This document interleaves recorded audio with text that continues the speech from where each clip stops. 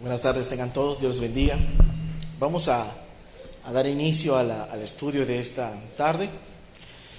Y de veras, a mí me da gusto estar aquí entre ustedes otra vez. Dios les bendiga mucho, Dios les bendiga mucho. Vamos a orar primero para que Dios nos ayude. Padre eterno, que moras en lo más alto de los cielos, gracias Dios por tu amor, por tu bondad, por tu misericordia, porque estamos aquí hoy, Señor. Ayúdanos hoy, Dios, a entender tu palabra y a recibirla. Háblanos tú hoy, Señor. Habla nuestros corazones, Padre. Abre nuestros oídos, abre nuestra mente, abre nuestro entendimiento, Padre, para recibir tu palabra, Señor. Yo soy delante de ti una persona, un medio solamente, Padre, pero tu Espíritu Santo puede enseñarnos muchas cosas, Dios, en la cual tu objetivo es la salvación de nuestras almas. Que la gente te pueda amar, Dios. Que cada uno de los que están aquí te pueda conocer personalmente, Señor. En el nombre de Jesús te rogamos y te agradecemos y te pedimos todas estas cosas. Amén. Bueno, la semana pasada estudiamos acerca del poder que tiene el pecado. Si lo recordarán, si se acuerdan que estudiamos acerca del poder que tiene el pecado. Antes de que quizás llueva, yo quisiera que observen el cielo por un momento. Algunos alcanzan a ver el cielo, otros no.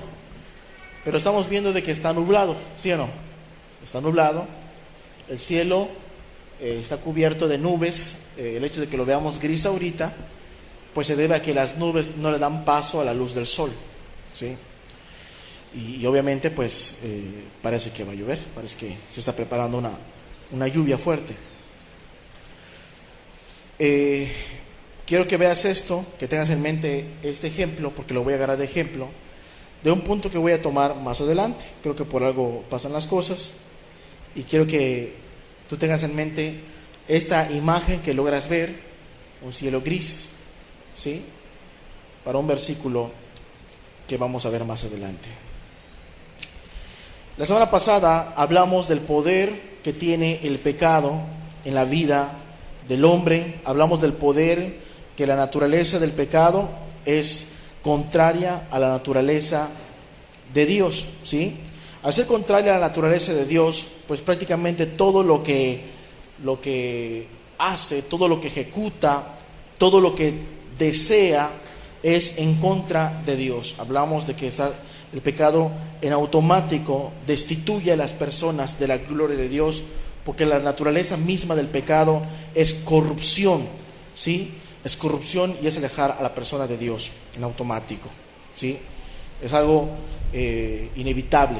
Cualquier pecado que entre en cualquier criatura, en el caso de Satanás, cuando estaba en el cielo, en el caso de Adán, en el caso de cualquiera de nosotros que estamos aquí, cualquier pecado que entre, que sea una práctica y que sea algo no confesado, no arrepentido, permanece en el hombre en un estado de corrupción y de imperfección delante de Dios, lo cual lo amerita que esté lejos de Dios, apartado, porque la naturaleza misma de Dios no permite que un pecador o el pecado esté cerca de él.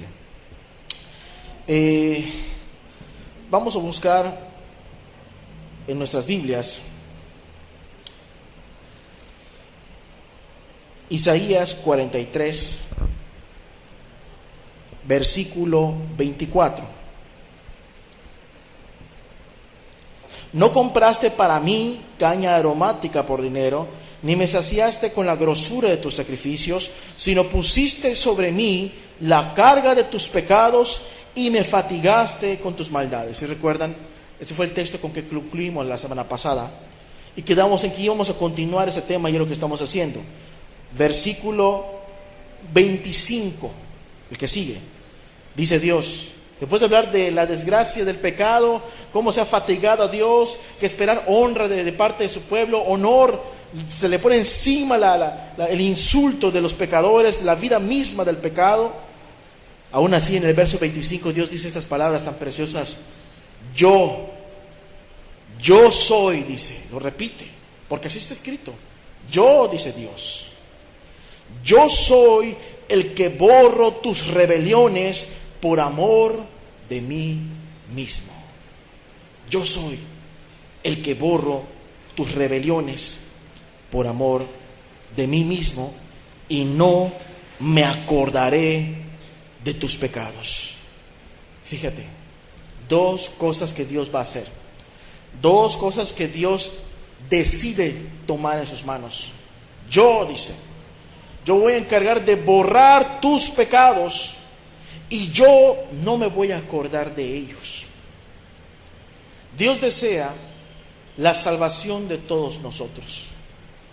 Cuando yo leo este versículo, yo me doy cuenta que los deseos de Dios, a pesar de toda la rebeldía que el ser humano quiera vivir, siempre su deseo ha sido inmutable, la cual es que todos nosotros podamos ser libres y salvos, limpiados de todo pecado, dice la Biblia, de tal manera que Dios no se acuerde de ellos.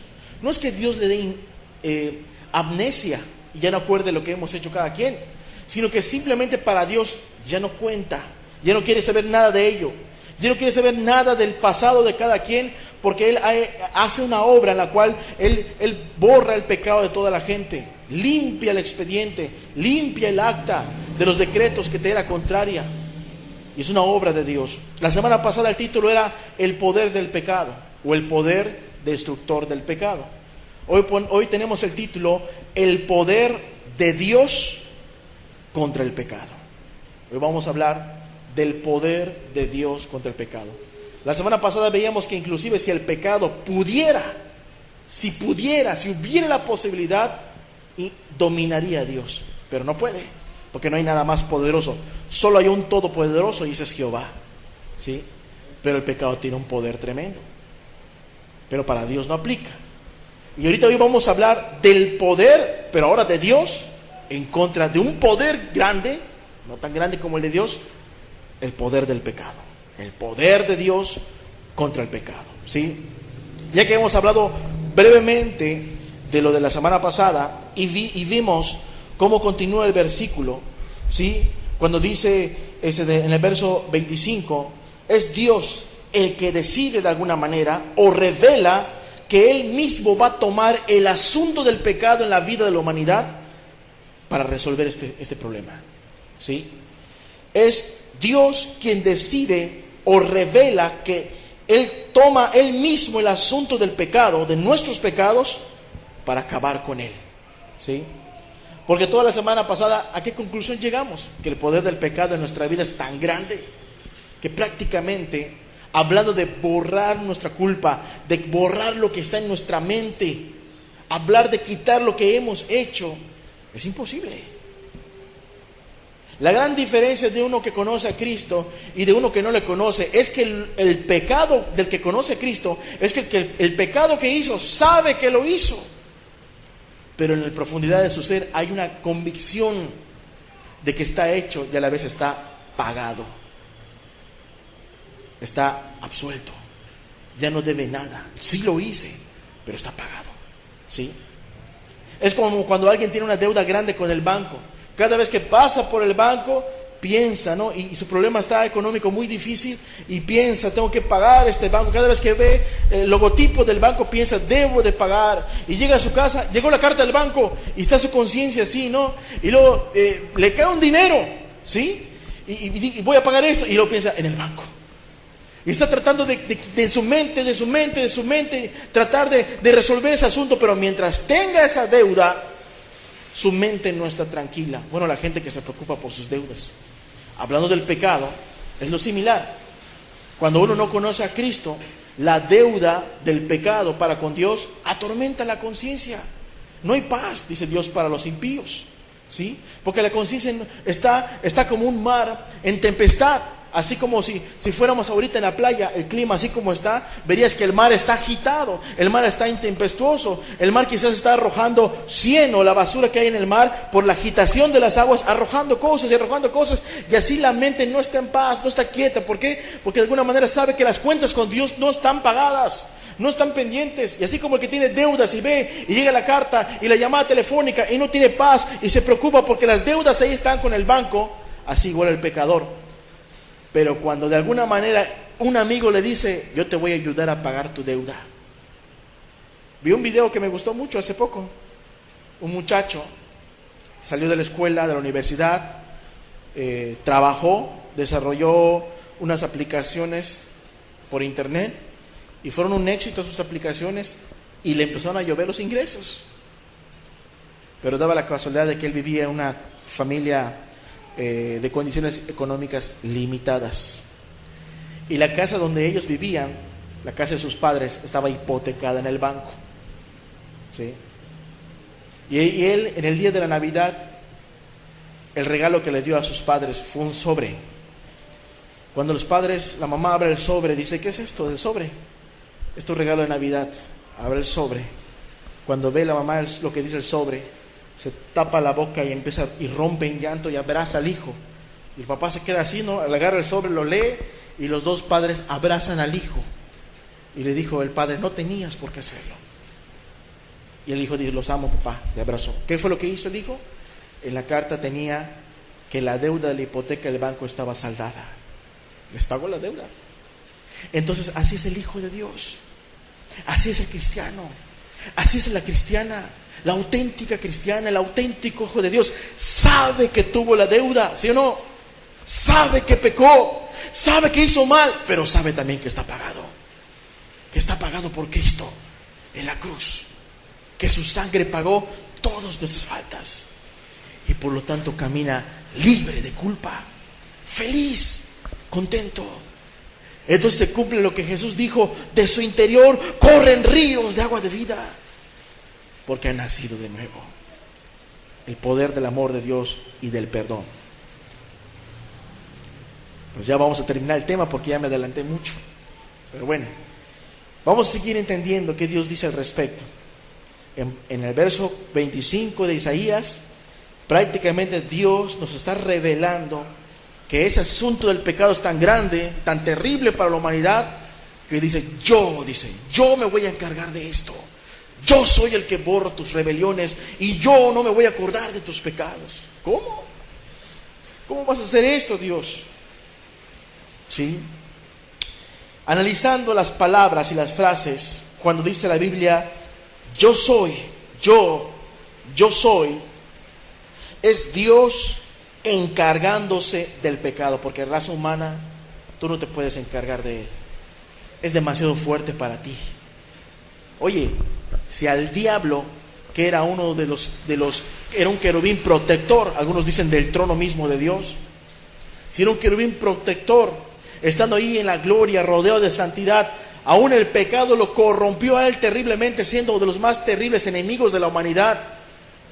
No pudo con él. Se llenó de vanidad, de soberbia, de orgullo. Y se llenó de desprecio hacia su Dios, porque quiso levantarse en contra de Dios. No pudo con él. ¿Qué no ha hecho el pecado con la raza humana? ¿Qué no ha hecho el pecado con la raza humana?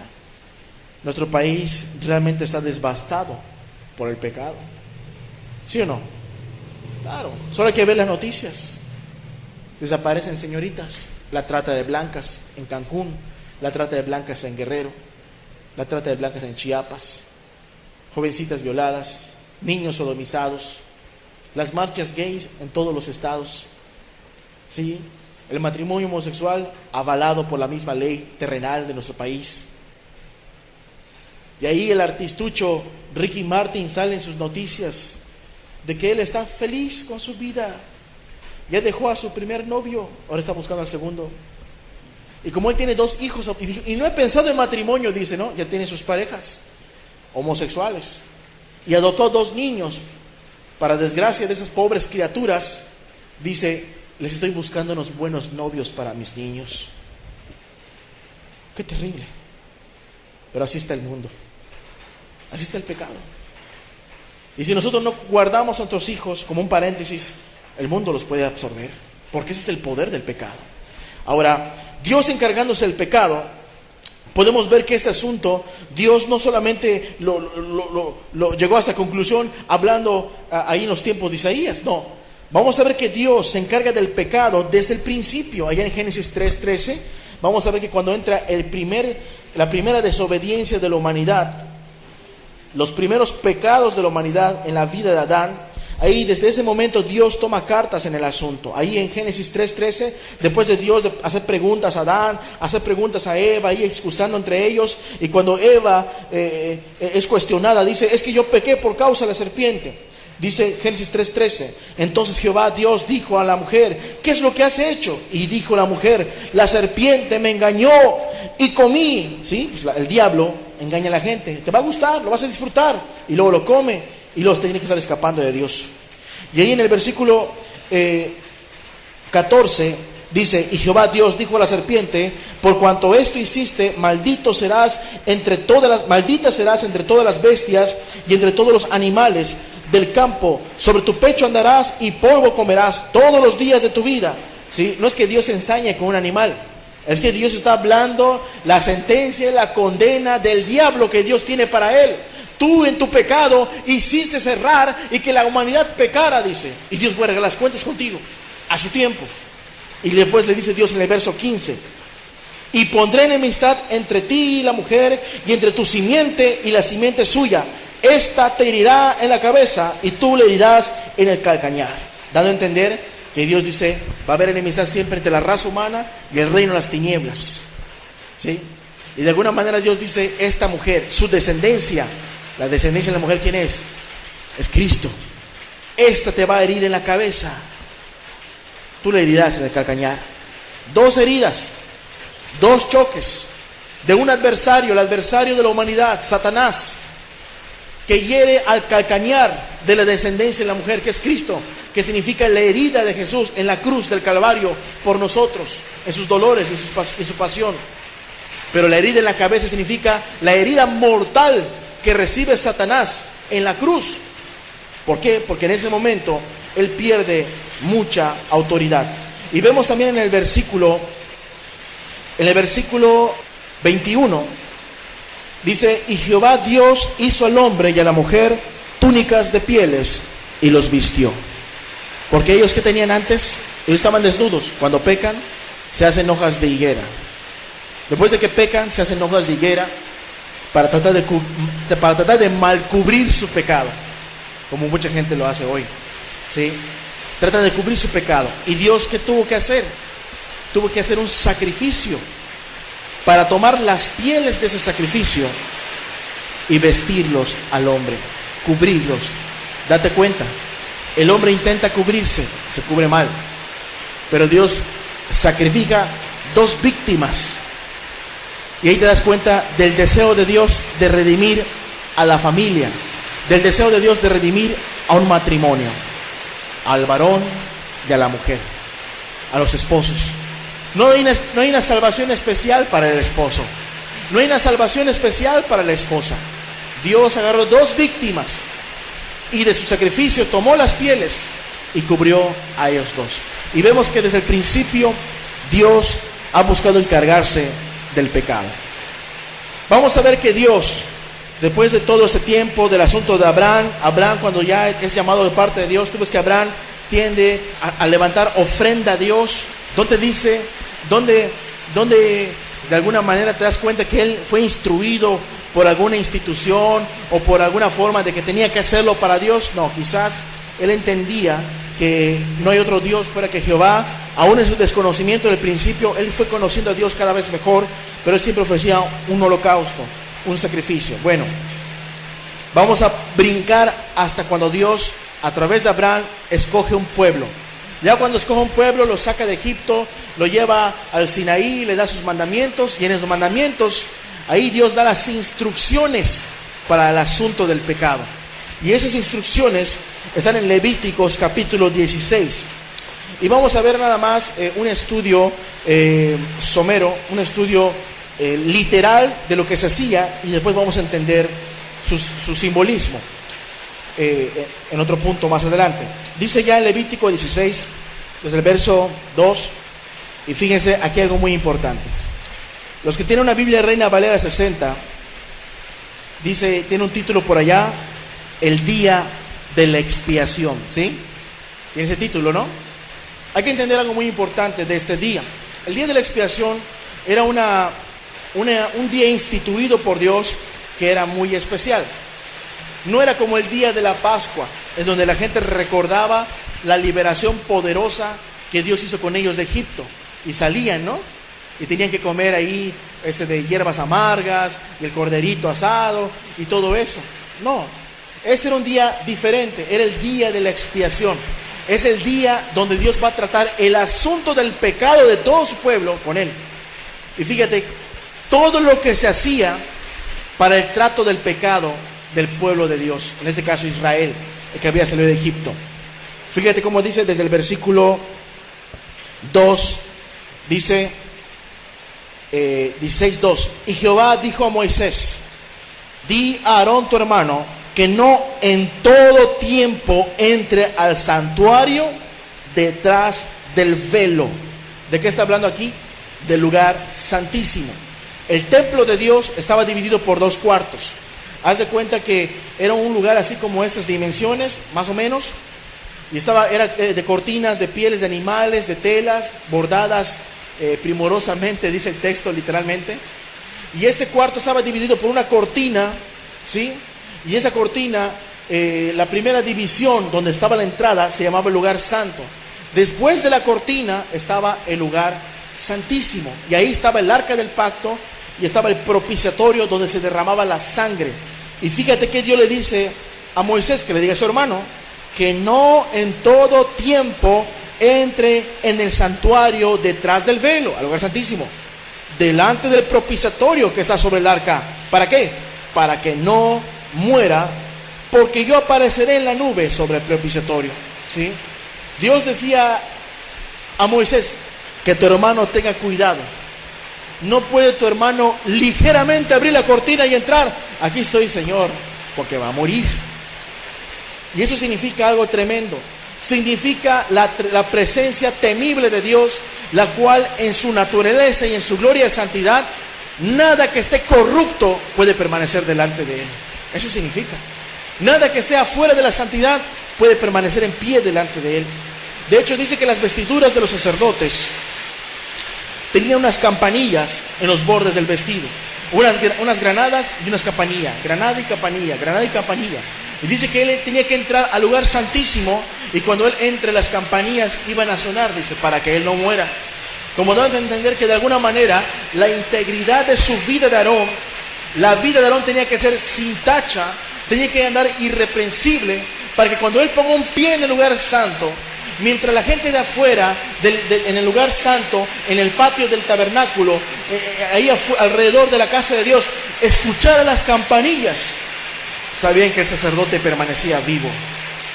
Permanecía vivo. De hecho, si tú lees el versículo 1 del capítulo 16, fíjate que dice el capítulo 16, 1. Habló Jehová a Moisés después de la muerte de los 2 hijos de Aarón, cuando se acercaron delante de Jehová y murieron. ¿Sí? O sea, no podían acercarse como se les dé la gana delante de Dios que es santo. No podían hacerlo. Entonces Dios dice que no entre Aarón para que no muera. Entonces, ¿qué podemos ver del trato de Dios con el asunto del pecado? Que era un servicio especial. Era un servicio especial. Lo que se va a hacer con el asunto del pecado de ustedes, que están en deuda conmigo, es algo muy serio entre ustedes y yo. Y es lo que la gente tiene que entender, que el asunto del pecado entre la humanidad, entre cada hombre, cada mujer, para con Dios, es un asunto serio. Al menos yo procuro que mis hijos entiendan que cualquier falta que tengan contra su padre, contra su madre, contra sus hermanos o entre ellos, tienen que entender, aún contra sus parientes, sus abuelos, tienen que entender que cualquier asunto de falta es serio. Porque Dios de alguna manera nos enseña que la falta del pecado es un asunto de gran responsabilidad. Vemos allá en el versículo 29 al 31 lo siguiente. Dice: y esto tendréis por estatuto perpetuo en el mes séptimo, a los 10 días del mes. ¿Qué hacía la gente? Afligiréis vuestras almas y ninguna obra haréis. Y ninguna obra haréis, ni el natural ni el extranjero que mora entre vosotros, porque en este día se hará expiación por vosotros. Hasta ahí. Era un día especial, no era cualquier cosa. Dice después en el versículo ahí que estamos leyendo, seréis limpios de todos vuestros pecados delante de Jehová, día de reposo es para vosotros, y afligiréis vuestras almas en estatuto perpetuo. O sea que en ese día el deber del pueblo no era estar festejando. En ese día el deber del pueblo no era estar ahí quizás vacilando su punto, riéndose. Era un día diferente, porque en ese día Dios demandaba de su pueblo. Hoy es el día de la expiación. Hoy es el día en donde Dios va a perdonar pecados. Prácticamente que Dios estaba pidiendo arrepentimiento. Aflígete por tu pecado, ten dolor por tu pecado. Ahí va el sacerdote delante de Dios y lleva en sí tus pecados para arreglar a cuentas con Dios, tú y tu persona. La gente tenía que entender eso. Era un momento especial. En el versículo 34 dice: y esto tendréis como estatuto perpetuo para hacer expiación una vez al año por todos los pecados de Israel. Y Moisés lo hizo como Jehová le mandó. ¿Cuántas veces hacía expiación por el pecado? ¿Cuántas veces entraba al lugar santísimo el sumo sacerdote? Una vez cada año. O sea que la persona, el judío, el israelita, que estaba delante de Dios de alguna manera buscando su perdón, tenía que tener en mente todos los pecados de todo el año.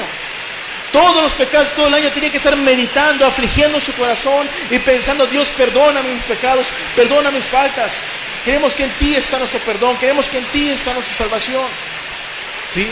Y esto era una práctica de cada año. De alguna manera, esas prácticas las perdió el pueblo por causa del mismo pecado. Las perdió el pueblo. Vamos a ver qué más dice Dios respecto cuando Él toma el asunto. Ya vimos primero que el asunto del pecado es un asunto especial, es un servicio especial. Vemos que en este servicio especial del pecado se usan víctimas. Allá en Levíticos 16, en el versículo 3, dice la palabra: con esto entrará Aarón al santuario. ¿Con qué? Con un becerro para expiación y un carnero para holocausto. Cuando hablaba del santuario, habla del tabernáculo, ¿sí? No habla de entrar al lugar santísimo, en el lugar santo. No habla de entrar al tabernáculo de Dios. Va a entrar Aarón con un becerro. Un becerrito, si sabemos qué es un becerrito, ¿no? Y va a entrar también, dice ya, con un carnero. Fíjate, ve la diferencia de los animalitos, porque aquí hay algo importante. Tómalo en cuenta. No lo voy a aplicar ahorita, sino hasta el final. Primero un becerro y luego un carnero. En este servicio habían víctimas que iban a morir. Y había una víctima diferente, ahí te vas a ver. Dice la Biblia, en el versículo 5 en adelante: y de la congregación, dice, de los hijos de Israel, tomará 2 machos cabríos para expiación y un carnero para holocausto. ¿Sí? Primero que hizo Aarón, toma un becerro y un carnero. Pero después toma del pueblo 2 machos cabríos, o lo que mejor se le conoce como chivo expiatorio. ¿Han escuchado esta frase? ¿Han escuchado la frase chivo expiatorio? Eso significa macho cabrío, es un chivo. Entonces, esos 2 chivitos, estos machos cabríos, eran tomados para el pueblo, dice, para expiación del pueblo, y un carnero para holocausto. Y dice: y hará traer Aarón el becerro de la expiación, dice ya, que es suyo, y hará la reconciliación por sí y por su casa. O sea, ¿para qué era el primer becerro? El becerro era para que Aarón perdonara primero su propia vida. El becerro era para que Aarón sacrificara delante de Jehová. Y esa sangre era ¿para qué? Para que él primero estuviera a cuentas con Dios, porque era un hombre, igual que los demás. Y también él tenía quizás muchas faltas. Él ofrecía eso, y dice en el versículo 7: después tomará los 2 machos cabríos y los presentará delante de Jehová a la puerta del tabernáculo de reunión, y echará suerte Aarón sobre los 2 machos cabríos, una suerte por Jehová y otra suerte por Azazel. ¿Sí? O sea, ¿qué es esto? Él primero agarra el becerro, es un becerro y un carnero, 2 machos cabríos y un carnero. El becerro es para la expiación del propio pecado de Aarón y los machos cabríos es para el pueblo. Y echa suerte sobre los 2 machos cabríos. Sobre los 2 machos cabríos se echa suertes. Se cree que, ¿por qué no se utilizó para la expiación del pecado un cordero o un carnero? Porque la palabra es específica, un becerro para expiación. Y un macho cabrío para expiación de parte del pueblo. ¿Por qué no usó un carnero? ¿Por qué no usó un cordero? Según la tradición judía, de alguna manera se piensa que de alguna manera Dios eligió al chivo, al macho cabrío, porque su condición era inmunda, por así decirlo. Apestaba. El chivito apesta, el chivito huele feo, el chivito huele mal. Y de alguna manera ese animal representaba de alguna manera al pecador. Dios no eligió un carnero, no eligió un cordero, no eligió ahí un becerro, eligió machos cabríos. Y de esos 2 machos cabríos se echaron suertes. ¿Sí? Dice la Biblia, allá en el versículo 8, que una suerte era para Jehová y otra suerte por Azazel. O sea, ¿qué significa esto? Que una suerte era para sacrificar ese macho cabrío. Normalmente se le cortaba el cuellito y desangraba hasta que moría. ¿Sí? Y el otro era para Azazel. Bueno, ¿quién es Azazel? Azazel significa que era un macho cabrío para que sea desterrado en el desierto y se pierda en el desierto. Algunos dicen, es el demonio del desierto. Pero no, o sea, simplemente significan que era un macho cabrío que era desterrado. Eran 2 machos cabríos. A uno se le mataba y a otro se le mandaba al desierto. Todo eso tiene un significado. ¿Sí? Vamos a ver en el versículo 11, dice, y hará traer Aarón el becerro, que era la expiación suya, y hará la reconciliación por sí y por su casa, y degollará en expiación al becerro que es suyo. Vamos a ver ahora algún punto muy importante en este versículo 12. La primera entrada al lugar santísimo. En ese día entraba 3 veces. En ese día Aarón entraba 3 veces. Cuando él ya degollaba al becerrito, que era por su causa de él y de su familia, entonces vemos aquí la primera entrada al lugar santísimo. Versículo 12. Después tomará un incensario lleno de brasas de fuego del altar delante de Jehová y sus puños llenos de perfume aromático molido, y lo llevará detrás del velo. O sea, después de que hacía su sacrificio, entraba al lugar santísimo con un candelero lleno de fuego y también con los puños llenos de perfume. Y dice el texto ahí, y lo llevará detrás del velo, entraba al lugar santísimo, y pondrá el perfume sobre el fuego delante de Jehová, y la nube del perfume cubrirá el propiciatorio que está sobre el testimonio, para que no muera. ¿Te fijas? No mete primero la sangre. No mete primero la sangre. Mete primero ¿qué? Mete primero un incensario, que de alguna manera el perfume que se rociaba en el fuego sacaba un humo que llenaba el lugar santísimo de humo y olía a perfume.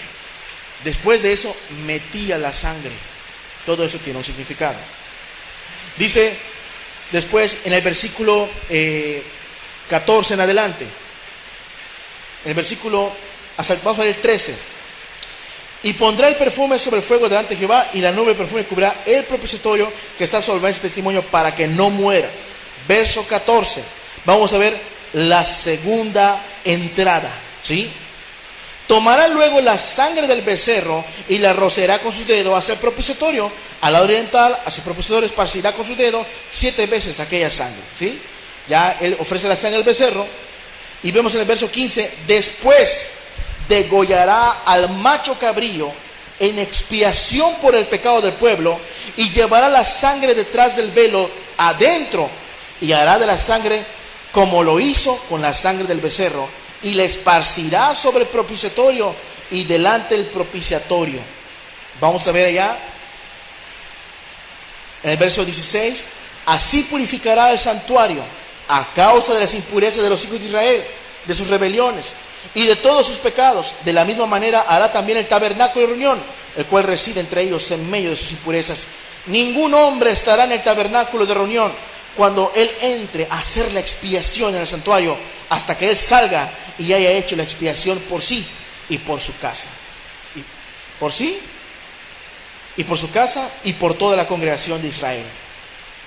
O sea, ¿te das cuenta? Él entra primero, pone la sangre del becerro, sale de ahí, degolla al macho cabrío, vuelve a entrar y hace lo mismo como con la sangre del becerro, y sale de ahí otra vez. Después de que sale y sacrifica al macho cabrío, recuerda que queda otro macho cabrío. El primero fue por Jehová, el segundo es para Azazel. Vamos a ver este punto ahí en el versículo 20 al 22.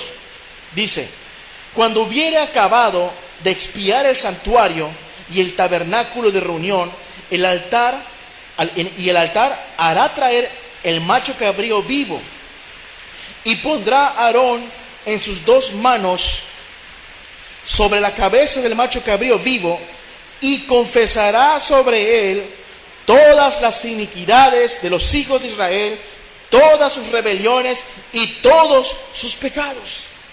Todas iniquidades, todas sus rebeliones, todos sus pecados. Mientras Aarón está hablando, él tiene puestas las dos manos sobre el macho cabrío que queda, y le está diciendo todos los pecados, todos los pecados. De alguna manera, ¿qué está haciendo aquí Aarón? Le está imputando al animalito todos los pecados del pueblo. Tú vas a cargar con todos los pecados del pueblo. Es como si pudieras cargar tus pecados físicamente y tú pudieras dárselos a otro, entonces tú ya no tienes nada, pero el otro se queda con la culpa, ¿sí? Y en este caso, el pobre animal de alguna forma recibía los pecados de todas las personas. Dice en el verso 21 a la mitad: poniéndolas así sobre la cabeza del macho cabrío, y lo enviará al desierto por mano de un hombre destinado para esto. Verso 22: y aquel macho cabrío llevará sobre sí todas las iniquidades de ellos a tierra inhabitada, y dejará ir al macho cabrío por el desierto. ¿Y qué pasaba con él? Perecía. En el desierto, pues no hay agua, hay fieras. El pobre animalito se iba a su suerte y desaparecía. La gente veía que desaparecía y se iba, que tiene un simbolismo muy fuerte. El judío, el israelita podía entender: ahí se van mis pecados, y se perdían en el desierto. Ahí se fueron. ¿Sí? Aarón sacrifica por sí. Aarón sacrifica a un macho cabrío para el pueblo. Aarón despide a un macho cabrío con los pecados de su pueblo. Tiene un significado muy tremendo. Dios encargándose del pecado de su pueblo. Todo eso que Él lo instituyó desde el Génesis hasta este momento. Dios está trabajando en contra del pecado. Bueno, este es cuando el macho cabrío se manda a Azazel. Luego viene la segunda entrada al lugar santísimo. ¿Cuál fue la primera entrada? Cuando entró Aarón a expiar sus propios pecados, porque estaba igual que el resto del pueblo, pero él era sumo sacerdote. Después de eso, entra con la sangre del macho cabrío por los pecados de todo el pueblo, y después viene una segunda entrada. En el versículo 23 en adelante dice lo siguiente: después vendrá Aarón al tabernáculo de reunión, se quitará las vestiduras de lino, que había vestido para entrar en el santuario, y las pondrá allí. Unas vestiduras especiales que en los primeros versículos del 16 te dicen. Les pondrá allí. Lavará luego su cuerpo con agua en el lugar del santuario, y después de ponerse sus vestidos, ¿sí?, saldrá y hará holocausto, y el holocausto del pueblo, y hará la expiación por sí y por el pueblo. Él entra, se despoja de sus vestidos, se lava, y cuando sale esa vez, todo el culto del perdón de los pecados de Israel ha acabado. Qué tremendo, ¿no? Para pagar la deuda del pecado. ¿Qué pasaba cuando Aarón salía de ahí? Yo seguro que cuando Aarón salía de ahí salía tremendamente presionado, ¿no?, de la majestad, la santidad de Dios. Salía así. Quizás Aarón salía feliz porque pudo haber cumplido su ministerio. sin haber caído muerto. Cumplió su ministerio. Una obra tremendísima. Bueno, yo creo que la palabra, cuando llega a nuestras vidas, creo que muchos de los que están aquí, creo que Dios les ha hablado mucho del Evangelio en lo que leímos en Levíticos, a manera de sombra y a manera de figura, ¿sí o no? A manera de sombra y a manera de figura, en tu mente vienen imágenes del Evangelio, imágenes del Evangelio. De alguna manera vienen en tu imagen los que conocen esto, qué significa quizás algunas cosas, porque es la obra que hace Jesús en nuestras vidas. ¿Qué pasa con todo esto que acabamos de ver? Que todas estas cosas, estos rituales, realmente están en el pasado. Oye, si yo quiero el perdón de mis pecados, tengo que viajar a Jerusalén porque todavía hacen sus cosas. Las quieren hacer todavía. Quieren reconstruir el templo. Quieren empezar los sacrificios. Realmente eso y todo está en el pasado. Vamos a ver que un poco de doctrina que nos habla acerca de esto, ¿sí? Y vamos a ir un poco más rápido igual. Hebreos 8, versículo 8 en adelante. Porque reprendiéndoles dice: he aquí vienen días, dice el Señor, en que estableceré con la casa de Israel y la casa de Judá un nuevo pacto. ¿Qué estaban haciendo la gente en el Levítico 16? Estaban aplicando toda la ley del primer pacto del Sinaí. Pero aquí dice, van a venir días, dice Dios, que voy a establecer en la casa, con la casa de Israel y la casa de Judá, un nuevo convenio, una nueva alianza, un nuevo pacto. Dice, no como el pacto que hice con sus padres, el día que los tomé de la mano para sacarlos de la tierra de Egipto, porque ellos no permanecieron en mi pacto y yo me desatendí de ellos, dice el Señor. Ellos no permanecieron en el pacto. Dios hizo un convenio y ellos hacían todas esas cosas, todos esos rituales. Pero dice la palabra, yo me desentendí de ellos porque ellos no continuaron en mi pacto. Verso 10, por lo cual este es el pacto que haré con la casa de Israel después de aquellos días, dice el Señor. Pondré mis leyes, no en tabla, en la mente de ellos, no en tabla de piedra, en la mente. Y sobre su corazón las escribiré y seré a ellos por Dios y ellos me serán a mí por pueblo. Ninguno enseñará a su prójimo, ni ninguno a su hermano diciendo, conoce al Señor, porque todos me conocerán, desde el menor hasta el mayor, porque seré propicio a sus injusticias y nunca más me acordaré de sus pecados y de sus iniquidades. Fíjate, dice Dios, tomando el asunto. Yo puse ese pacto de Levítico 16 y no lo cumplieron. ¿Por qué? Por el poder del pecado. Pero Dios dice, voy a traer un mejor pacto. No como que se les salga de las manos, porque la Biblia en Hebreos te dice, todo era sombra de lo que habría de venir. Algo mejor, algo más tremendo, algo más excelso, el poder destructor de Dios contra el pecado. Y dice en el verso 13, al decir nuevo pacto, ha dado por viejo el primero. O sea, lo que leímos en Levítico 16 es cosa del pasado. Ya no hay que ofrecer sacrificios, chivitos, ni carneros, ni becerritos, ni nada. Y lo que se da por viejo se envejece y está próximo a desaparecer. Es un pacto nuevo que invalida al antiguo, ¿sí? De hecho, en tu Biblia tienes Nuevo Testamento y Antiguo Testamento, ¿sí o no? Lo más correcto es que diga antiguo pacto o antigua alianza y nueva alianza, nuevo pacto. Es lo más correcto. Y vamos a ver allá en Hebreos 10, 1 y 4, que era un culto ineficaz. Lo que se hacía con los animalitos era un culto, un ritual que bueno, hay perdón de pecados, ¿no? Aparentemente, pero según lo que enseña la palabra y la doctrina y el Espíritu Santo, era ineficaz. Allá en Hebreos 10, del 1 al 4, dice la Biblia, porque la ley, teniendo la sombra de los bienes venideros, ¿sí? La ley, que tiene la ley, una sombra. ¿La sombra qué es? De los bienes venideros, ¿sí? Si tú te paras en el sol y tienes una sombra, ¿cuál es el real? El real eres tú. Y esta sombra eres tú, sí soy yo. Esta nada más es una figura, es una silueta de lo que es real. Y dice la palabra, la ley tenía las sombras de las cosas que iban a venir. Dice, no la imagen misma de las cosas, lo que te acabo de explicar. No es la imagen misma, no, es la sombra. Nunca puede, por los mismos sacrificios que se ofrecen continuamente cada año, hacer perfectos a los que se acercan. O sea, cada vez que iban a ofrecer sacrificio, ellos no podían ser perfectos. Ofrecen su animalito y ellos sabían que algo no anda bien, las cosas no cambian en mi vida. De alguna manera ellos entendían. Y dice el versículo 2: de otra manera cesarían de ofrecerse pues los que tributan este culto. Limpios una vez, no tendrían ya más conciencia de pecado. Pero en estos sacrificios, cada año se hace memoria por los pecados. No era perfecto. La gente no tenía conciencia limpia. ¿Cuánta gente hoy vive con conciencias sucias por lo que ha hecho? Y hay lugares que hay Santa Cena anual y creen que porque la Santa Cena anual, ahí Dios va a perdonar mis pecados. La Santa Cena no es para perdonar pecados. Pero hay gente que cree eso. Y dice después en el verso 4: porque la sangre de los toros y de los machos cabríos, ¿qué? No puede quitar los pecados. En pocas palabras, era un culto ineficaz. Entonces, ¿por qué Dios lo daba? Porque era una forma de enseñar la obra que iba a suceder en lo real.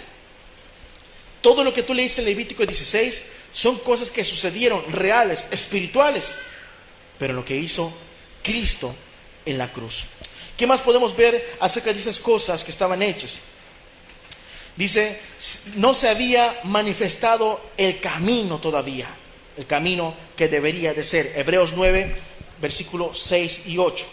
Así, dispuestas estas cosas en la primera parte del tabernáculo, entran los sacerdotes continuamente para cumplir los oficios de culto.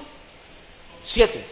Pero la segunda parte, el lugar santísimo, solo el sumo sacerdote, una vez al año, no sin sangre, el cual ofrece por sí mismo y por los pecados de ignorancia del pueblo, dando el Espíritu Santo a entender, o sea, que como estaba el lugar santo y el lugar santísimo y había un velo que los dividía, había ese velo. ¿Qué significa ese velo? ¿Por qué no estaba abierto simplemente? Dando al Espíritu Santo a entender con esto que aún no se había manifestado el camino al lugar santísimo, entre tanto que la primera parte del tabernáculo estuviese en pie. Mientras estuviera puesta la primera cámara y ese velo que lo dividía, no había un acceso con libertad. Cada año uno nada más podría entrar a la presencia terrible de Dios. Aarón entraba con temor. Y además tenía que pagar primero con la sangre del becerro sus propios pecados para luego ver los demás. Y fíjate que de alguna manera dice, no estaba revelado el camino. ¿Qué pasó cuando Cristo murió en la cruz? ¿No dice la palabra que el velo del templo se rasgó en dos? Porque en ese momento el camino ya estaba abierto. Fíjate, el camino no estaba abierto mientras Cristo predicaba. El camino no se abrió mientras Cristo sanaba. El camino no se abrió mientras Cristo discipulaba. El camino se abrió cuando Cristo dijo, consumado es, y entregó el Espíritu y murió. Y en ese momento, se corta, se rompe el velo en dos. Porque Jesús dijo, yo soy el camino, yo soy la verdad, yo soy la vida. Nadie llega al Padre si no es por mí, dijo Jesús. Nadie. Y cuando dice la palabra que no estaba revelado el objetivo en contra del pecado, realmente el sacrificio perfecto de parte de Dios, se estaba refiriendo a la obra redentora de Cristo en la cruz. Cuando Cristo murió al pecado, realmente se consuma la obra de parte de Dios para destruir el poder del pecado sobre la humanidad, sobre toda la raza humana. Fíjate de algo tremendo. Dice el texto, no se había manifestado el camino. ¿En qué era vives tú ahora?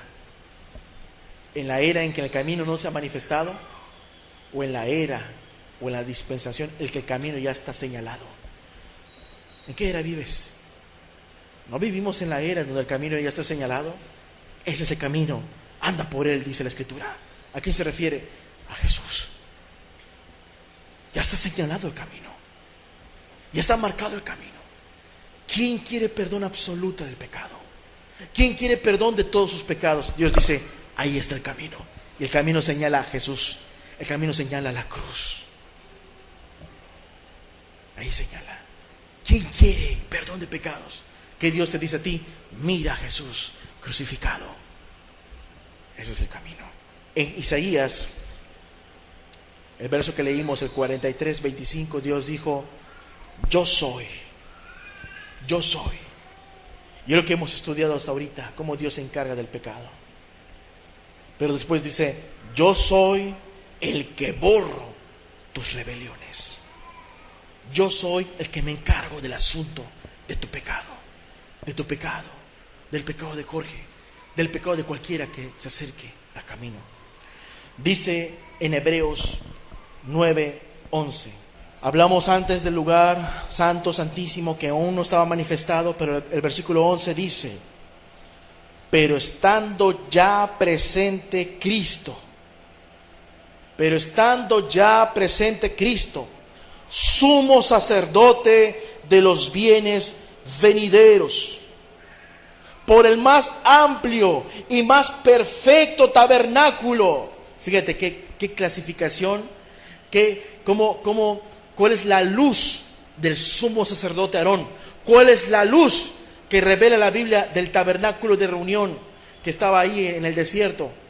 Que el sumo sacerdote ahora, ¿quién es? Es Cristo. Y dice, por el más amplio y más perfecto tabernáculo, ¿no? Jesús no entró al templo de Israel.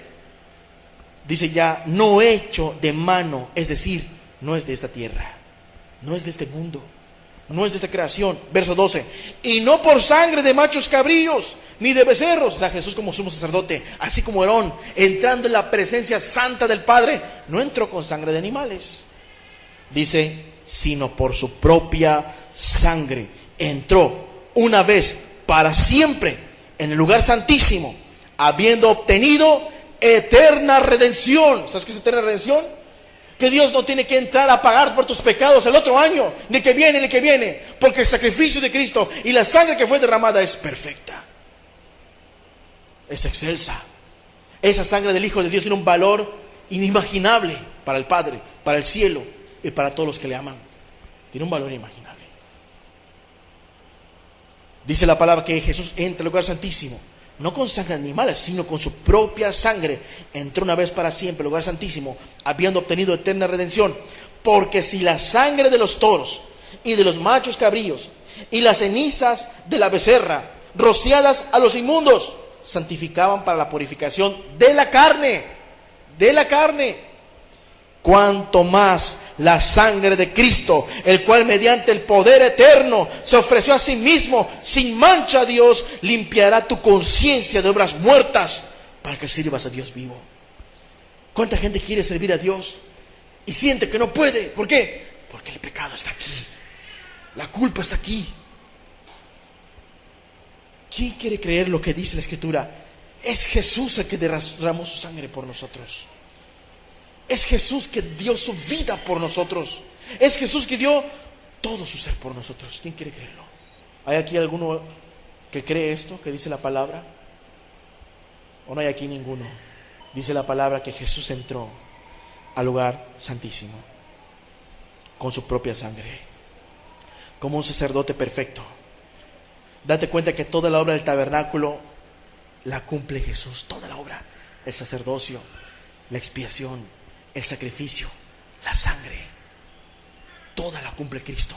Toda la obra de la redención, ahí está el tabernáculo, el sumo sacerdote, los que ayuden a matar a los animalitos. No, toda esa obra Jesús solo la hizo, para que ninguno diga yo ayudé a la salvación de la humanidad. No, Jesús no tiene corredentores. Nadie le ayudó a salvar a la gente. Él es el único Salvador, Él es el único Señor, Él es el único Salvador. Y dice el versículo 15, así que por eso es mediador de un nuevo pacto, para que interviniendo muerte para la remisión de las transgresiones que había bajo el primer pacto, los llamados reciban la promesa de la herencia eterna. Así que el sacrificio de Jesús es un sacrificio perfecto. Cuando dice la Biblia, yo soy el que borro tus rebeliones, en Jesucristo el Padre se está encargando de perdonar absolutamente a todos los que creen en su nombre. Y como leíamos anteriormente, no me acordaré más de sus pecados. Dice la Biblia ya en el verso 9, 23 al 26, que Jesús es el sumo sacerdote. Es sacerdocio, es sacrificio y es ofrenda. 9, 23 al 26, dice la Biblia. Fue pues necesario que las figuras, fíjate, de las cosas celestiales fuesen purificadas así. Cuando habla de las figuras, habla de la sombra de lo que pasó en el Levíticos, en el Éxodo. ¿sí? Fueran purificadas así, pero las cosas celestiales mismas con mejores sacrificios que estos, lo del cielo, hablando del sacrificio de Cristo. Porque no entró Cristo en el santuario hecho de mano, dice el texto, figura del verdadero, sino en el cielo mismo, para presentarse ahora por nosotros delante de Dios, y no para ofrecerse muchas veces como entra el sumo sacerdote en el lugar santísimo cada año con sangre ajena. De otra manera, le hubiera sido necesario padecer muchas veces desde el principio del mundo, pero ahora, en la consumación de los siglos, se presentó una vez para siempre por el sacrificio de sí mismo, para quitar de en medio, ¿qué? El pecado. Hebreos 10, versículo 10, dice de la siguiente forma: en esa voluntad somos santificados, mediante la ofrenda, ¿de qué?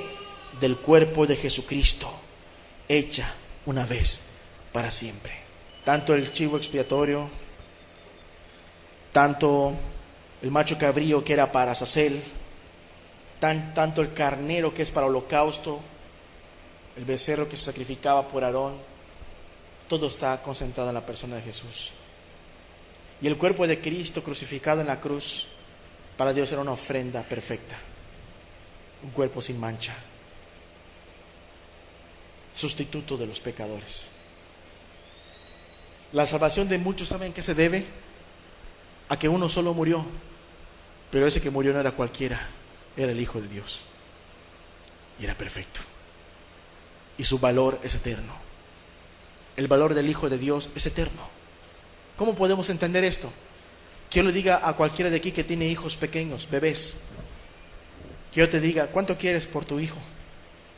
¿Cuánto quieres por tu hijo? ¿Cuánto quieres por tu hija? Creo que solo la idea misma de que yo te ofrezca dinero por tu hijo, como que no gusta, ¿verdad? ¿Darías a tu hijo por $1,000,000? ¿Cuánto creen ustedes que vale el Hijo de Dios sin mancha al Padre?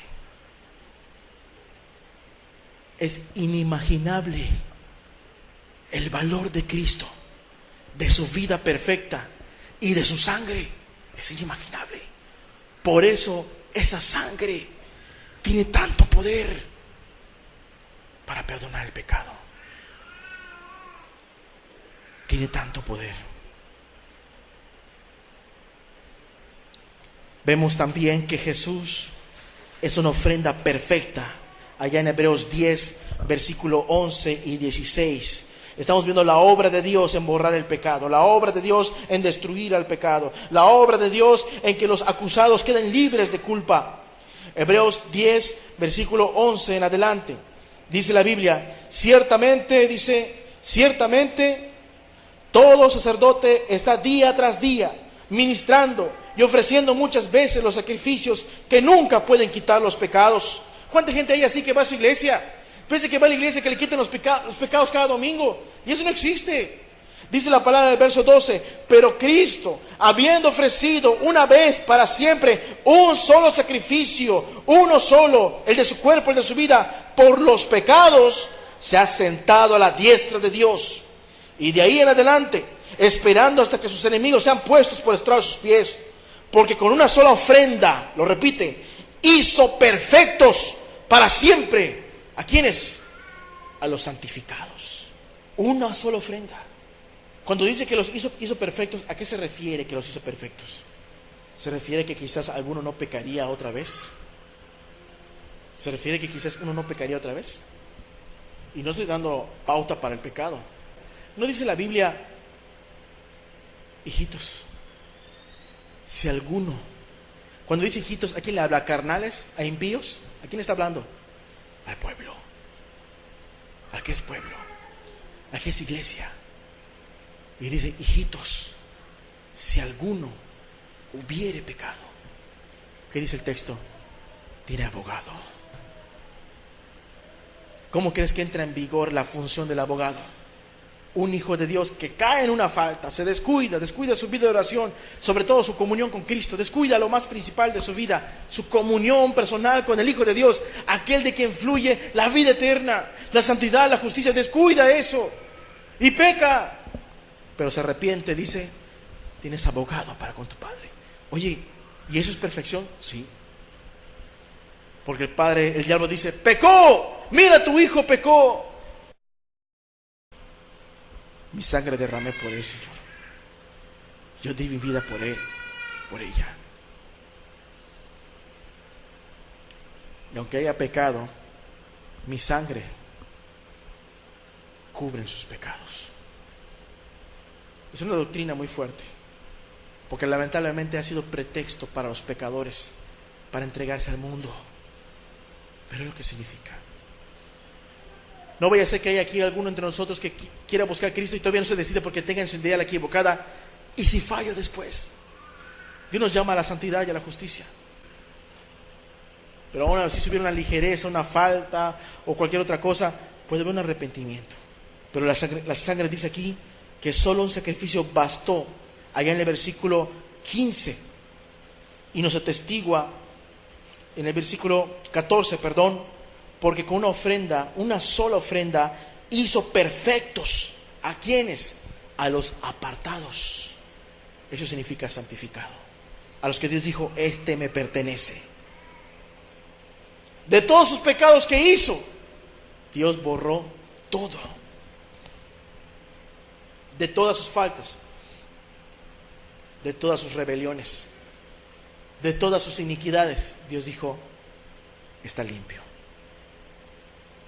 Y si aún después pudiera con una falta y se arrepiente, quizás traiga sus consecuencias del pecado. El pecado trae consecuencias. Dios le da la oportunidad. Dice la Biblia allá en el versículo 15. Acabamos de hablar de que con un solo sacrificio hizo perfecto a los santificados. 15. Y nos atestigua lo mismo el Espíritu Santo. Porque después de haber dicho, este es el pacto que haré con ellos después de aquellos días, dice el Señor, repite lo que leímos en el 9. Pondré mis leyes en sus corazones y en su mente las escribiré. Porque cuando uno busca a Dios, cambia. Porque de veras pasa un milagro en nuestro ser. Cuando la gente tiene una enfermedad del corazón, urge un trasplante de corazón. ¿Y a poco no urge? La gente no busca donador. Y está larga la lista de los que necesitan donador. Pero cuando la gente que está a punto de morir por la falta de un corazón o la falta de un riñón recibe el tan preciado órgano que reemplaza el suyo, que está muriendo, que está agonizando, y le ponen uno que le pertenecía a otro que murió y le ponen el suyo, ¿no es un milagro eso? Esa obra de la ciencia y de la medicina, ¿no es un milagro? Que iba a morir, pero tiene un órgano de otro y vive. Tiene un riñón de otro y vive, un corazón de otro y vive. Pues lo mismo pasa espiritualmente. Cuando uno cree que Jesús murió por él, cree que en Jesús fue el sustituto de su propio pecado, algo pasa. El Espíritu Santo mete un bisturí en nuestro corazón y lo parte y agarra en él y lo quita y le pone un corazón de carne en nuestra carne y escribe el Espíritu Santo en la tabla de la ley en nuestras vidas. Por eso cuando salimos al mundo no queremos volver atrás, no queremos regresar a lo de antes, no queremos volver a lo mismo, no queremos ser iguales, no queremos volver al pecado, no queremos volver a ofender a Dios. Porque algo hay diferente en nuestras vidas. Una obra del Espíritu Santo. Escribiré mi ley en tu corazón. Dios lo dijo antes, nadie le va a estar diciendo, conoce a tu Dios. No, porque el otro hermano ya está comiendo la Biblia, ya está leyendo la hermana su Biblia, está conociendo a Dios. Nadie le va a enseñar al otro. En cambio en la ley, sí, hay que reunirse, escuchen la prédica, pongan atención. No, en ese nuevo pacto, aquel que firma la alianza con Cristo, tú vas a ser mi Dios, yo voy a ser tu siervo, Señor. El que firma la alianza con Cristo pasa una obra en su ser diferente. Y vemos que lo que Jesús hizo, Dios obrando en contra del pecado, es un sacrificio perfecto, una ofrenda perfecta. Y tan perfecta que es esa ofrenda, añade el versículo 17. Dice el 17, añade y nunca más me acordaré de sus pecados, mis transgresiones. Es lo que dice el texto. Lo que Jesús hizo por mí y por ti, para Dios es tan perfecto, que dice: ¿para qué acordarme de tus pecados si todo ya fue castigado en mi Hijo? ¿Para qué culparte a ti si el castigo ya lo llevó otro? No me acordaré más de tus pecados, es lo que dice el texto. Recordando un poquito la obra del Levíticos 16, el macho cabrío que era sacrificado como un animalito desagradable y pestilente, su sangre era llevada al lugar santísimo. Pero recuerda que antes de llevar la sangre del becerro y la sangre del macho cabrío, ¿cómo estaba el lugar santísimo? Estaba lleno del perfume del incienso. ¿Y sabes qué es el incienso en la Biblia? Si tú estudias qué significa incienso, que son las oraciones de los santos, pero también son las oraciones de Cristo.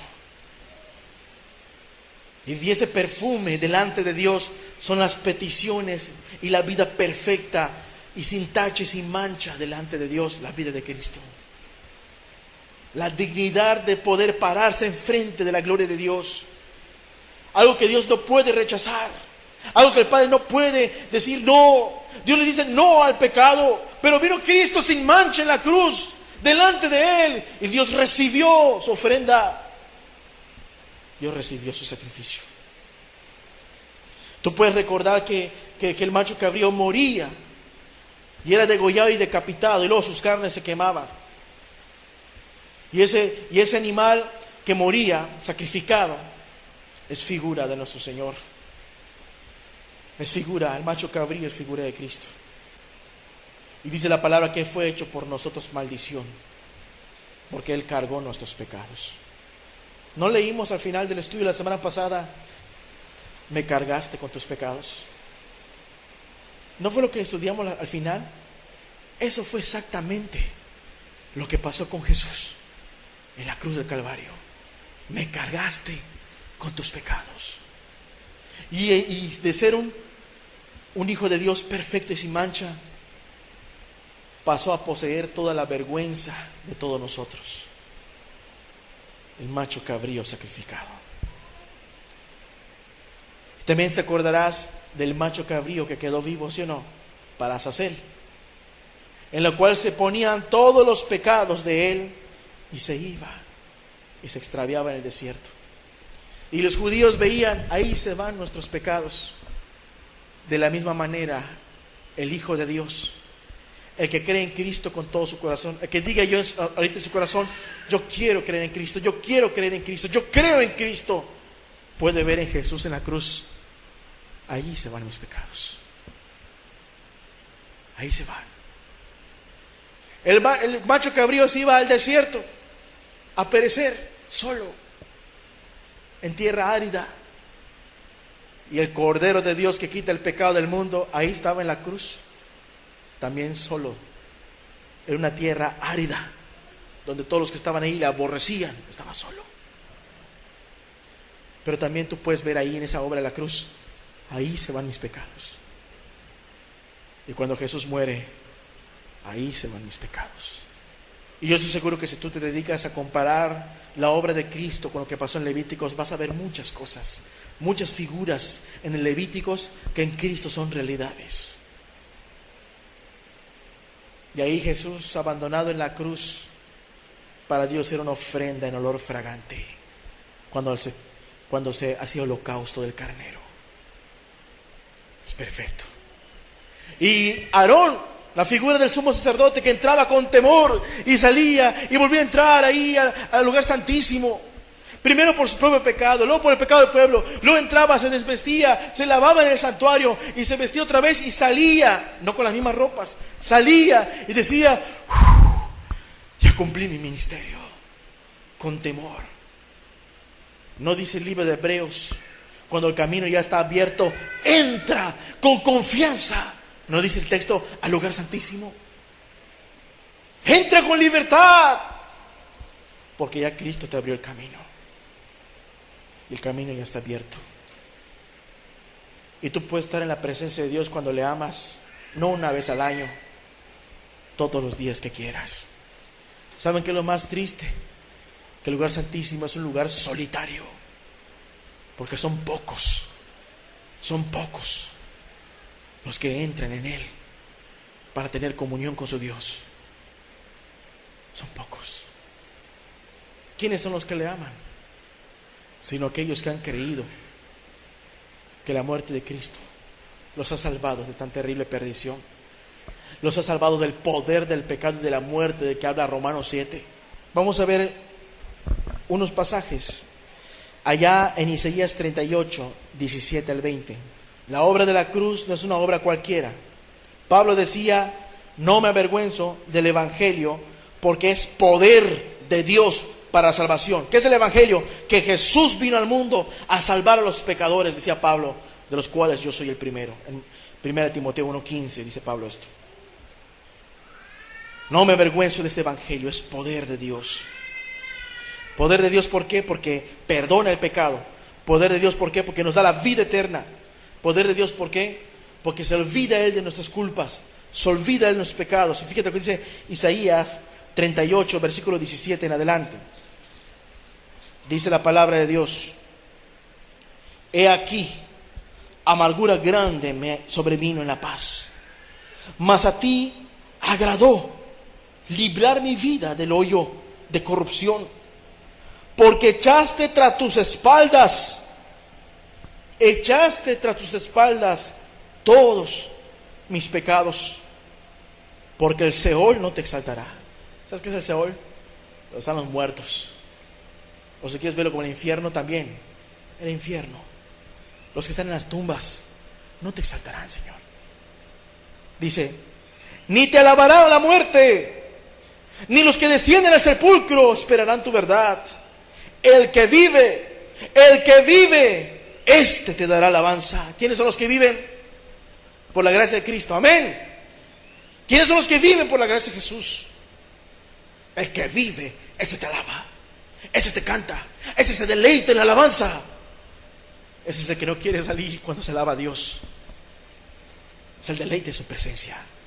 El que vive, dice, el que vive, este te dará alabanza. ¿Por qué dice el que vive? Porque tú libraste mi vida del hoyo. A ti te agradó librar mi alma, porque tú echaste tras tus espaldas todos mis pecados.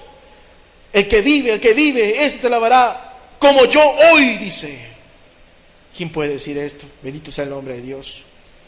El Padre hará notoria tu verdad a los hijos. Dice la Biblia, verso 20: Jehová me salvará, por tanto cantaremos nuestros cánticos en la casa de Jehová todos los días de nuestra vida. El que vive, el muerto no alaba, el vivo alaba. El que vive en el poder de Cristo, este es el que alaba, este es el que canta, porque sabe que le agradó a Dios librar su vida, porque sabe que Dios tiró tras sus espaldas todos sus pecados. Otro texto, Miqueas 7:18. ¿Qué Dios como tú? ¿Qué Dios como tú? Que perdona la maldad y olvida el pecado del remanente de su heredad. ¿Quién hay otro Dios como nuestro Dios? No hay otro. Un Dios que perdona, un Dios que se olvida de nuestras faltas, que olvida el pecado del remanente de su heredad. No retuvo para siempre su enojo, porque se deleita en la misericordia. Hace rato el hermano declaraba en la administración que Dios se deleita en la misericordia en esta forma. Nosotros no pensamos muchas veces que el amor de Cristo nos rodea, que tú te levantas en el amor de Cristo, que tú te mueves en el amor de Cristo, que la gente que está allá afuera vive y respira una gracia que está esperando que la gente se convierta, y la gente no lo hace. Dice la palabra ahí: no retuvo para siempre su enojo, porque se deleita en la misericordia. El hermano dice que aún delante de la presencia de Dios hay júbilo. ¿Cuándo qué? Cuando un pecador se arrepiente. Dice la palabra, Dios se deleita en la misericordia, salvar al perdido. Cuando alguien que está rodeado del amor vive ignorando a su Dios que le ha perdonado, que ha dado el sacrificio perfecto para que sea absuelto totalmente, cuando uno decide corresponder a ese amor, ¿cómo no se va a llenar de júbilo el cielo? ¿Cómo no se va a deleitar el Padre? Porque es alguien que le ha dado el valor debido a Jesucristo en su vida. Dice el texto, verso 19, Él volverá a tener misericordia de nosotros. Él volverá a tener misericordia de nosotros. Sepultará nuestras iniquidades y echará en lo profundo del mar todos nuestros pecados. Él va a sepultar mis pecados. Búscalos. ¿Y mis pecados, Señor? Están en el fondo del mar, olvidados. ¿Quién hay Dios como este Dios? Y vamos a ver el último versículo. ¿Te acuerdas que te dije, acuérdate de las nubes? Isaías 44, 22. La obra de Cristo tiene un poder tan fuerte en la vida del ser humano. Y como dice Pablo en 2 Corintios 5, 14, que por todos murió, para que los que ahora viven ya no vivan para sí, sino para aquel que murió por todos. Tiene un poder transformador que saca el pecado de nuestras vidas. Jesús dijo, cuando anunció su muerte, el juicio, la hora del juicio ha llegado a este mundo, porque es momento de que el príncipe de las tinieblas, dice el texto, sea echado. ¿Cuándo Jesús anunció esto? Cuando estaba a punto de dar su vida por nosotros. Le ha llegado su hora al diablo. Y así cuando uno busca a Cristo, la influencia de Satanás en tu vida, le llegó su hora. Hasta aquí, dijo Dios. Porque cuando llega uno más fuerte que el diablo, lo echa. Fíjate cómo dice la obra del perdón de los pecados. Isaías 42, 22, muy hermoso, dice: yo deshice como una nube tus rebeliones, como niebla tus pecados. Vuélvete a mí, porque yo te redimí. ¿Qué dice la palabra? Yo deshice como una nube tus rebeliones, todas tus faltas, tus desobediencias. ¿Quién se encargó de desaparecerlas? Yo, dice Jehová. Yo me encargué de desaparecerlas. ¿Has visto cómo una nube se desvanece en el cielo? ¿Lo has visto? ¿Has visto nubes que tú ves forma y de repente viene el viento y las deshace? ¿Y dónde quedó? No ves ni un pedazo de nube. Y Dios dice, yo así. Si tú puedes ver que tu vida es como un cielo, como el que ahorita estás viendo, como el que te dije que vieras hace rato. Si tú ves que tu vida es como un cielo totalmente nublado, que ni siquiera hay una parte libre, porque todo está cubierto por el pecado, por tu maldad, por tu conciencia acusada. Hoy te dice Dios, en Jesucristo, en su muerte, yo deshice como una nube tus rebeliones, como niebla tus pecados. La obra del perdón ya está hecha. La obra del perdón ya está hecha. Y dice Dios, por tanto, ven a mí, vuélvete a mí, ven conmigo. No tengas temor, no tengas miedo.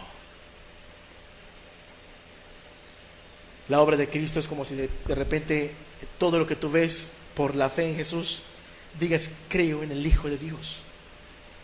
Y milagrosamente todas las nubes desaparecieran. Y vieras un cielo azul, totalmente limpio. Yo soy el que borro tus rebeliones, dice el Señor. Yo me encargo de tus pecados en Cristo. ¿Quién Dios es como nuestro Dios? Que perdona la iniquidad, que olvida el pecado de su remanente, dice la palabra. Él sepultó nuestras iniquidades y echó en el fondo del mar nuestros pecados. ¿No merece Dios la gloria por esto? ¿No merece Dios la honra por esto? ¿No merece Dios que todos rindamos nuestra vida a Él? Por eso Pablo dice en 1 Timoteo 1:15, palabra fiel y digna de ser recibida por todos, que Cristo Jesús vino a salvar a los pecadores, de los cuales yo fui el primero. Todo ya está pagado. Vamos a cerrar nuestros ojos. Medita en lo que dice Isaías 42:22. Yo deshice como una nube tus rebeliones. Créelo, hermano. Confirma aquel día que tú decidiste ir en pos de Cristo. Afirma tu corazón con esa preciosa palabra. Y el que todavía no le ha conocido, que venga a Cristo, porque Él dice: yo deshice como una nube tus rebeliones. No importa qué tan poderoso haya sido el pecado en tu vida, no importa hasta dónde te alejó el pecado, no importa hasta dónde te llevó la destitución de la gloria de Dios, yo deshice como una nube tus pecados. En el momento que Jesús dijo: consumado es, ahí todo el poder del pecado fue destruido. Toda la gloria del pecado fue deshecha. Toda la culpa de los pecadores desmenuzada. Y toda esclavitud de cada hombre, cada mujer, encadenado a cualquier pecado, toda cadena de pecado fue roto en Cristo Jesús. Yo deshice como una nube tus rebeliones, como niebla tus pecados. Vuélvete a mí, porque yo te redimí. Yo te redimí. Yo hago esta pregunta para que meditemos y concluyamos este estudio, esta palabra. ¿Quién cree que Dios ha roto el poder del pecado en su vida en Cristo Jesús? ¿Quién es el que cree? ¿Quién es la que cree que Dios ha roto el poder del pecado en tu vida en Cristo Jesús? ¿Quién es el que lo cree? ¿Quién es el que abraza esta verdad?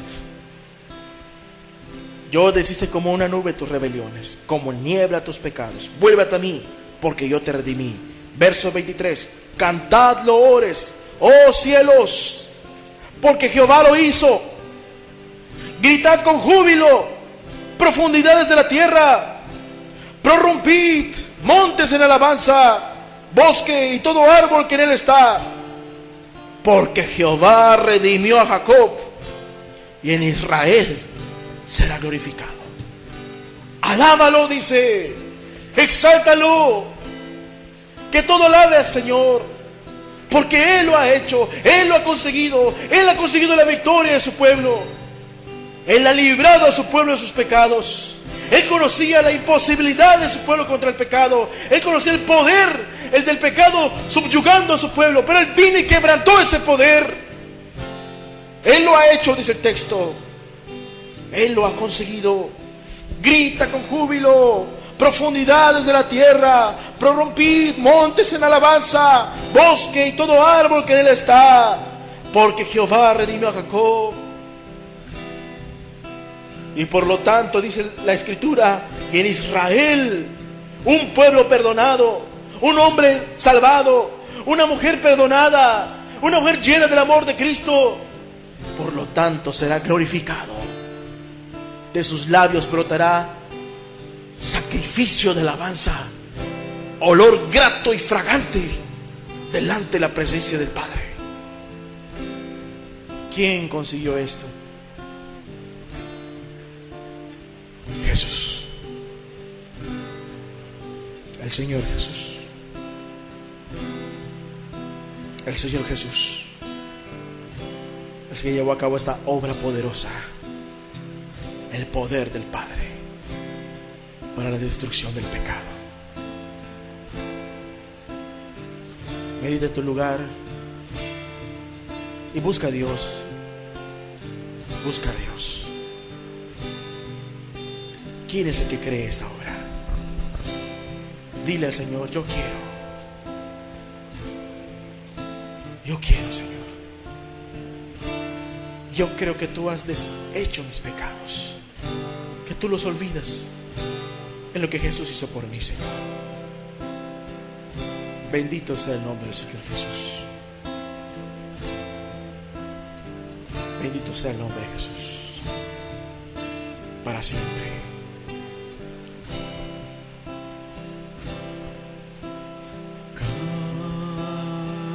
Canto alabanzas al Hijo de Dios, porque ha vencido por mí en la cruz, venció por mí. Canto alabanza al Hijo de Dios,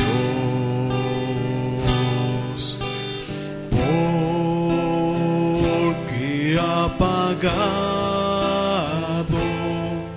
mi culpa, murió por mí.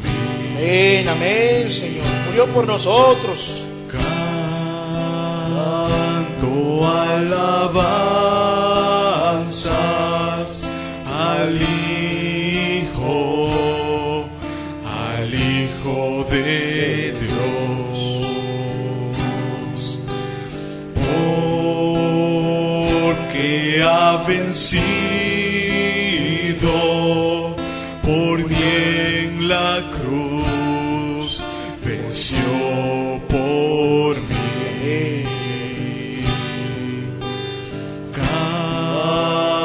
Canto alabanzas al Hijo de Dios, porque ha pagado mi culpa, murió por mí. Él murió por ti. Él murió por mí. Él derramó su sangre, la derramó en la cruz. Él ofreció su alma, Cristo murió por mí. Gracias, Dios. Él